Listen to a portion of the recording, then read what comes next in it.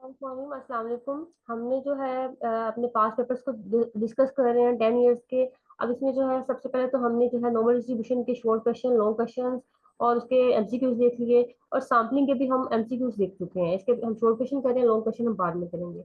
इसके बाद आता है नेक्स्ट, हमने जो करना है रिग्रेशन के भी लॉन्ग क्वेश्चन करेंगे, बाकी सबके सिर्फ शॉर्ट क्वेश्चन को देखेंगे और एमसीक्यूज को। ठीक है, तो इस तरह से क्योंकि टाइम कम है आपके पास और सिलेबस ज्यादा है और मतलब टाइम बहुत ज्यादा कम है आपके पास, इसलिए हम यहाँ पे सिलेक्टिव चीजें करते हैं। अच्छा, जब शॉर्ट क्वेश्चंस आते हैं जो मोस्ट रिपीटेड है, आप उनको ज्यादा फोकस के साथ कर लें। जो एक एक बार आए उनको आप इतना फोकस के साथ ना भी करें तो कोई नहीं, लेकिन जो मोस्ट रिपीटेड क्वेश्चंस है, बार बार बोर्ड में आएंगे तो उनको देख लें। अब पॉपुलेशन क्या है, पॉपुलेशन की डेफिनेशन ये आप अपनी बुक से कर लें, यहाँ से करें। Population consist of totality of the observation made on all objects possessing some common characteristics. ठीक है, ये पॉपुलेशन की डेफिनेशन है। मैंने कहा था फर्स्ट ईयर में भी बहुत मतलब पेपर में आती है ये, सेकंड ईयर में भी। तो पॉपुलेशन की डेफिनेशन यहाँ से कर लें, आपकी बुक से कर लें, आपको जहाँ से इजी लगता है वो कर लें। Explain the term sample population. क्या होता है sample population? A population through which sample is done is called sample population. ठीक है, वो पॉपुलेशन जिससे हम सैम्पलिंग करते हैं उसको हम क्या कहते हैं, सैंपल्ड पॉपुलेशन। इसको भी देख लेना। नेक्स्ट आता है सैम्पलिंग यूनिट। सैम्पलिंग यूनिट वो होते हैं जो पॉपुलेशन के यूनिट्स जो है जिससे हमें सैंपल लेना है, उनको हम सैम्पलिंग यूनिट कहते हैं। Sampling unit are those units of population from which a sample is taken. ठीक है, पॉपुलेशन के वो यूनिट जिनसे हमें सैंपल लेना है, क्या कहलाते हैं, सैम्पलिंग यूनिट्स। पॉपुलेशन की डेफिनेशन आप ऊपर देख चुके हैं, वही आ गई। इनफाइनाइट और फाइनाइट का डिफरेंस क्या होता है? इनफाइनाइट में होता है अनलिमिटेड नंबर ऑफ यूनिट्स और फाइनाइट में होता है number of limited number of units. उनका जो है आपने लेनी होती है पॉपुलेशन, उसको हम कहते हैं। जैसे कि देखिए इसमें इनफाइनाइट की एग्जांपल क्या है, the star on the sky. ठीक है, the number of fishes in the ocean. जो है समंदर में कितनी मछलियां नहीं आप उसको काउंट कर सकते, स्टार कितने हैं स्काई पे आप उसको नहीं कर सकते, तो ये आपकी इनफाइनाइट पॉपुलेशन का आ जाएगा। जिनको काउंट कर सकते हैं वो हमारा फाइनाइट होता है। टारगेट पॉपुलेशन क्या होता है?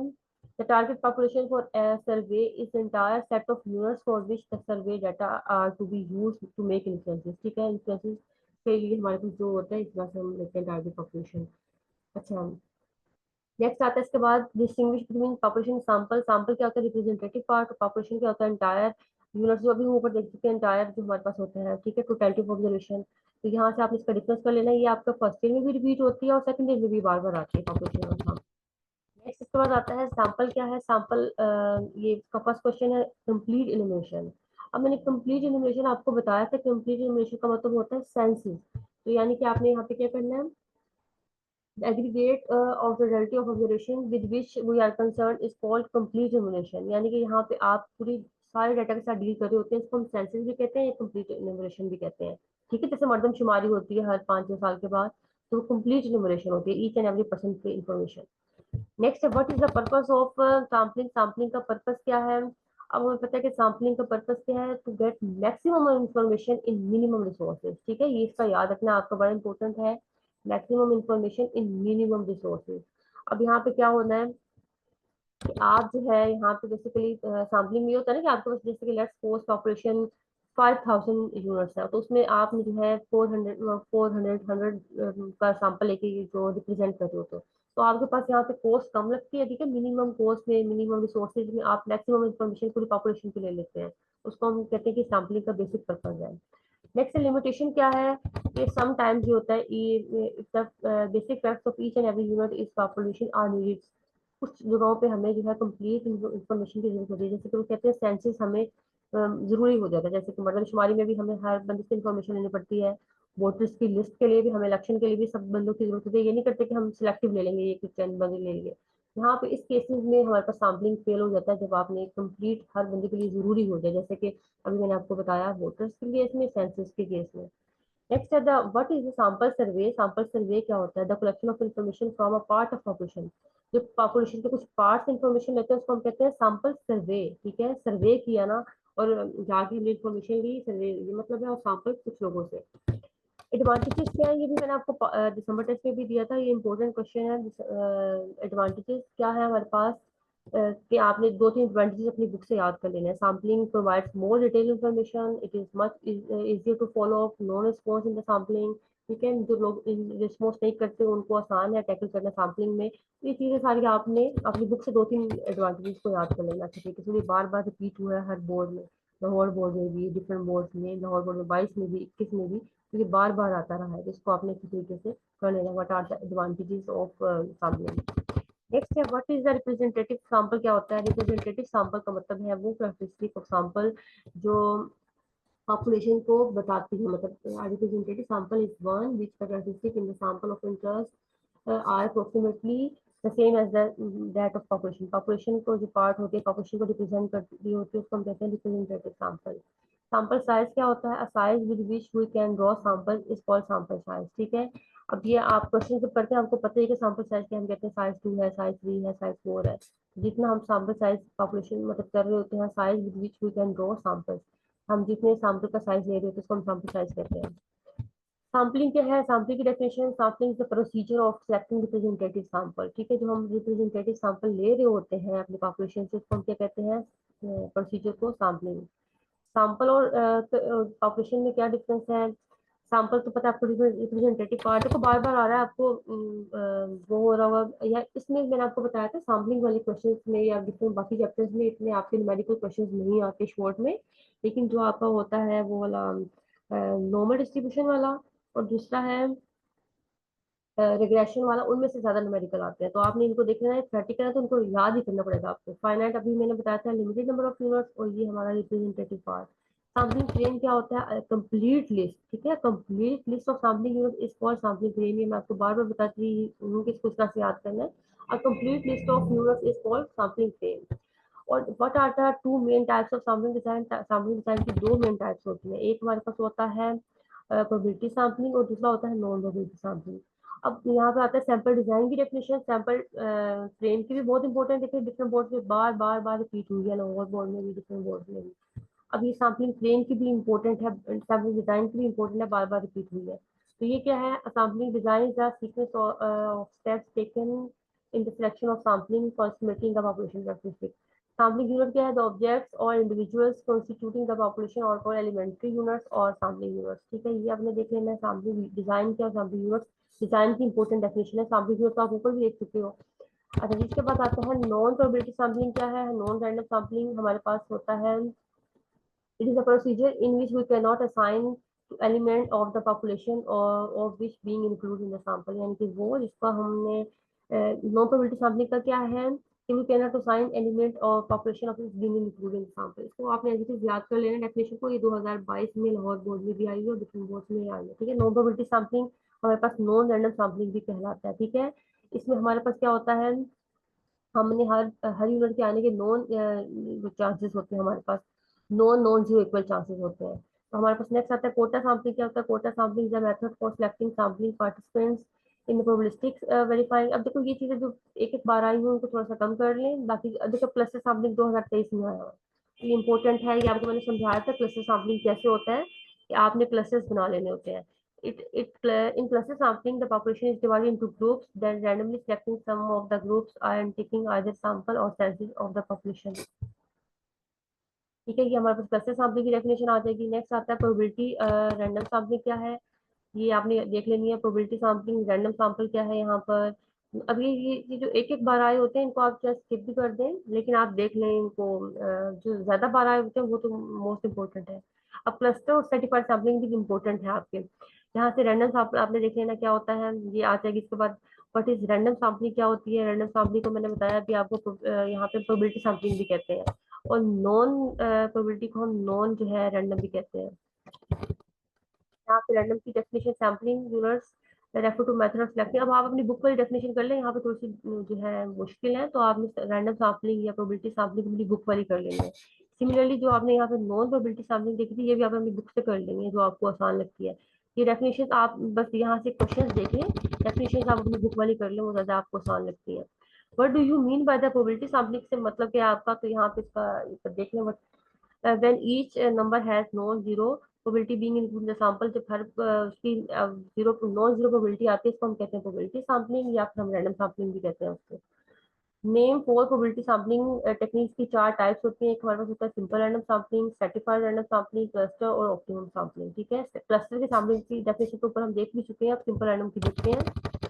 Simple random sample is a sample which is selected in such a way that each possible sample of given size has equal probability of selection। यानी कि हर एक यूनिट के आने के इक्वल चांस होते हैं, उसको हम कहते हैं सिंपल रैंडम सैम्पलिंग। ठीक है, और क्लस्टर में हम क्या करते हैं? पहले हम क्लस्टर में हमने अपने ग्रुप्स में डाटा को डिवाइड कर दिया, उसके बाद उसमें से सिंपल रैंडम सैम्पलिंग के थ्रू हम डाटा ले लेते हैं। नेक्स्ट आते हैं हमारे पास discuss sampling with replacement and without replacement.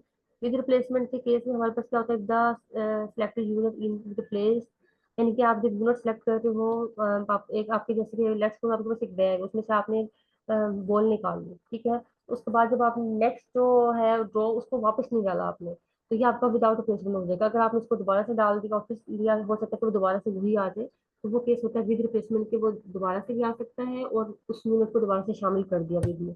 Without में आपने उस यूनिट को दोबारा से शामिल नहीं करना होता, ठीक है। तो ये क्या है, is replaced before the next unit is selected, यानी कि उस चीज को हमने वापस डाल दिया अगला यूनिट सेलेक्ट करने से पहले। और दूसरे वाले केस में हमने क्या किया, यहाँ पे ठीक है डाल दिया था यूनिट को, और यहाँ पे कह दिया कि note replace before next unit is selected, अगला यूनिट सेलेक्ट करने से पहले हमने इसको नहीं डाला, तो ये विदाउट रिप्लेसमेंट कहलाता है। Compare sampling with and without replacement, यहाँ पे उसकी दोनों की कंबाइंड डेफिनेशन आ गई, यहाँ पे सेपरेट सेपरेट आ गई है, वही चीज ये आपने देख लेनी है। न्यूमेरिकल क्वेश्चन इसमें थोड़े कम ही है, लेकिन आगे numerical question capital N is equal to 5, small n is, but how many samples are formed with replacement? With replacement के हमने बताना है, तो हमारे पास 5 raised to power 3 बनेगा, 125 सैंपल्स बनेंगे, ठीक है, विद रिप्लेसमेंट के केस में। विदाउट रिप्लेसमेंट में आपको पता है ना, आपने परमुटेशन कॉम्बिनेशन के अकॉर्डिंग करे होते हैं। नेक्स्ट हमारे पास capital small N 25 sigma square, find the value of sigma. Sigma की वैल्यू बतानी है, सिग्मा एक्स बार भी बनाने। हमने सिग्मा एक्स बार लिखा, उसका फॉर्मूला सिग्मा और अंडर रूट एन किया, सिग्मा एक्स बार की वैल्यू लिखी, सिग्मा की वैल्यू हमने फाइंड करनी है, एन की वैल्यू को पुट कर दिया, क्रॉस मल्टीप्लीकेशन की, तो हमारे पास सिग्मा का रिजल्ट 500 आ जाएगा, ठीक है। ये 2023 में आया हुआ है। उसके बाद आता है what are the properties of sampling with replacement. अभी हमें पता है कि ये 3 प्रॉपर्टीज होती है। विदाउट रिप्लेसमेंट में हमारा फाइनाइट पॉपुलेशन को रखने फैक्टर में मल्टीप्लाई होता है 7। अदरवाइज प्रॉपर्टीज यही होती है, मीन की, सैम्पलिंग डिस्ट्रीब्यूशन का मीन और पॉपुलेशन का मीन बराबर होगा।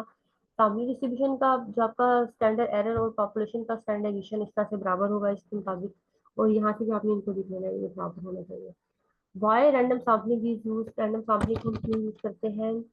Random sampling is used to ensure that sample from a large population is representative and unbiased, helping to draw valid conclusions from data without introducing systematic error। ठीक है, ये हमारा sampling को, random sampling को use करने का उन्होंने कह दिया कि यूज फायदा क्या है, वाई हम क्यों यूज करते हैं, ये फायदा उसका, ठीक है। नेक्स्ट आता है write down the mean, mean का और जो है वेरियंस का सैम्पलिंग डिस्ट्रीब्यूशन विदाउट के केस का फॉर्मूला बताना है, ऊपर विद का था, ये विदाउट का है। यहाँ पे देखिए फाइनाइट पॉपुलेशन को रखने फैक्टर भी आ जाता है।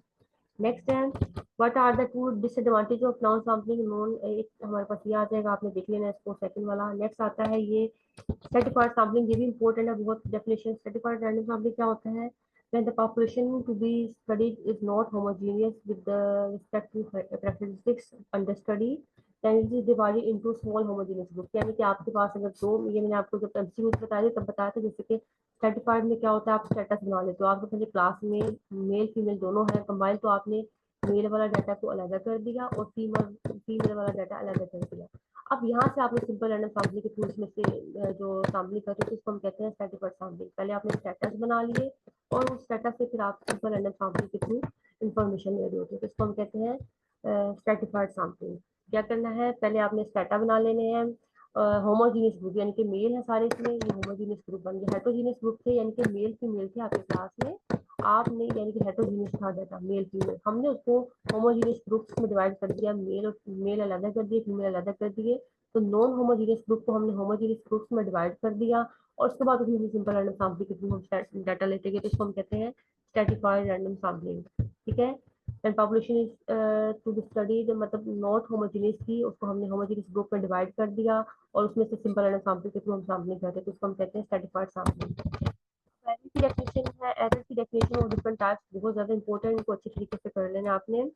सैम्पलिंग एरर क्या होता है, नॉन सैम्पलिंग एरर।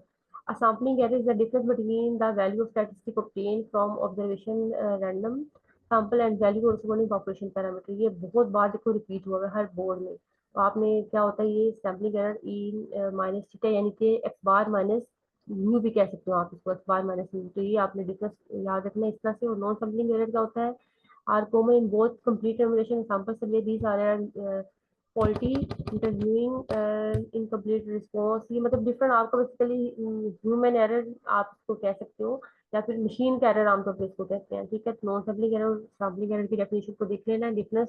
नेक्स्ट आता है व्हाट इज मीन बाय बायस, क्या होता है।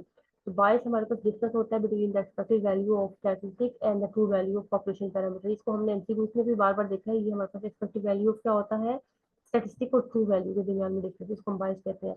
अब बायस दो तीन तरह का होता है, पॉजिटिव बायस, नेगेटिव बायस। जब बायस जीरो हो जाए तो उसको हम अनबायस भी कहते हैं। What is the effect meaning on an is increasing sampling error. अगर एन हमारा इंक्रीज करता है तो सैम्पलिंग एरर क्या हो जाएगा, सैंपल साइज को इंक्रीज करने से स्टैंडर्ड एरर हमारा डिक्रीज होता है। और स्टैंडर्ड एरर क्या होता है, ये मैं आपको बार बार बताती रही हूँ क्लास में, standard deviation of sampling distribution. Sampling distribution के स्टैंडर्ड डेविएशन को हम कहते हैं सैम्पलिंग एरर, ठीक है। तो नेक्स्ट आता है simple random sampling and sampling distribution. अब यहाँ पे आपके पास जो आ जाएगा सैम्पलिंग डिस्ट्रीब्यूशन की जो है, the probability distribution of values of statistics such as mean, standard deviation, proportion, sample of size which might be selected with or without replacement from population is defined sampling distribution। ठीक है, इसको हम sampling distribution कहते हैं कि जो ये different हो सकती है मीन की, स्टैंडर्डाइजेशन की, प्रोपोर्शन की, डिफरेंस बिटवीन प्रोपोर्शन की, डिफरेंस बिटवीन मीन की। इस तरह की हम सैम्पलिंग डिस्ट्रीब्यूशन जनरलाइज फॉर्म में पूछा है, तो आप स्पेसिफाई करके भी पूछ सकते हैं जनरलाइज फॉर्म में। मैंने आपको बार बार कहती हूँ इस डेफिनेशन को अच्छी तरह से कर लें, जनरलाइज वाली को आप इसमें इंसर्ट करके स्टैटिस्टिक डिफरेंस भी कर सकते हैं। तो आपने जनरलाइज वाली डेफिनेशन को याद कर लेना। Next difference between parameter. Parameter क्या होता है, जो वैल्यूज हम न्यूमेरिकल वैल्यूज पॉपुलेशन से कैलकुलेट करते हैं उनको हम कहते हैं पैरामीटर, और न्यूमेरिकल वैल्यू जिनको हम स्टैटिस्टिक कहते हैं वो है हमारी सैंपल से कैलकुलेट होती है। तो हम इसको एक्स बार से और इसको म्यू से डिनोट करते हैं, ठीक है। अब यहाँ से इनको देख लेना, वेरिएबल होता है और इनको ग्रीक लेटर से और इसको लिटिल लेटर से शो करते हैं, ये सब चीजें आपने देख लेनी है। नेक्स्ट आता है 45 एमसीक्यूज। पैरामीटर क्या है, इट इज रैंडम और कांस्टेंट। पैरामीटर हमारे पास क्या होता है, the numerical quantities which are calculated from population are called parameters। और पैरामीटर हमारे पास फिक्स होते हैं, फिक्स कांस्टेंट होते हैं, ठीक है।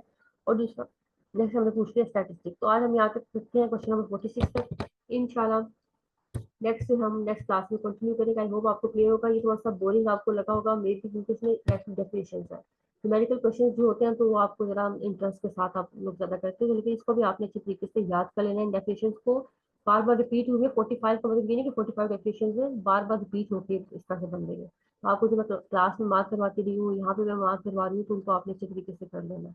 आई होप आपको क्लियर होगा। आज कल कोई भी क्वेश्चन हो तो आप पूछ सकते हैं। अल्लाह हाफिज।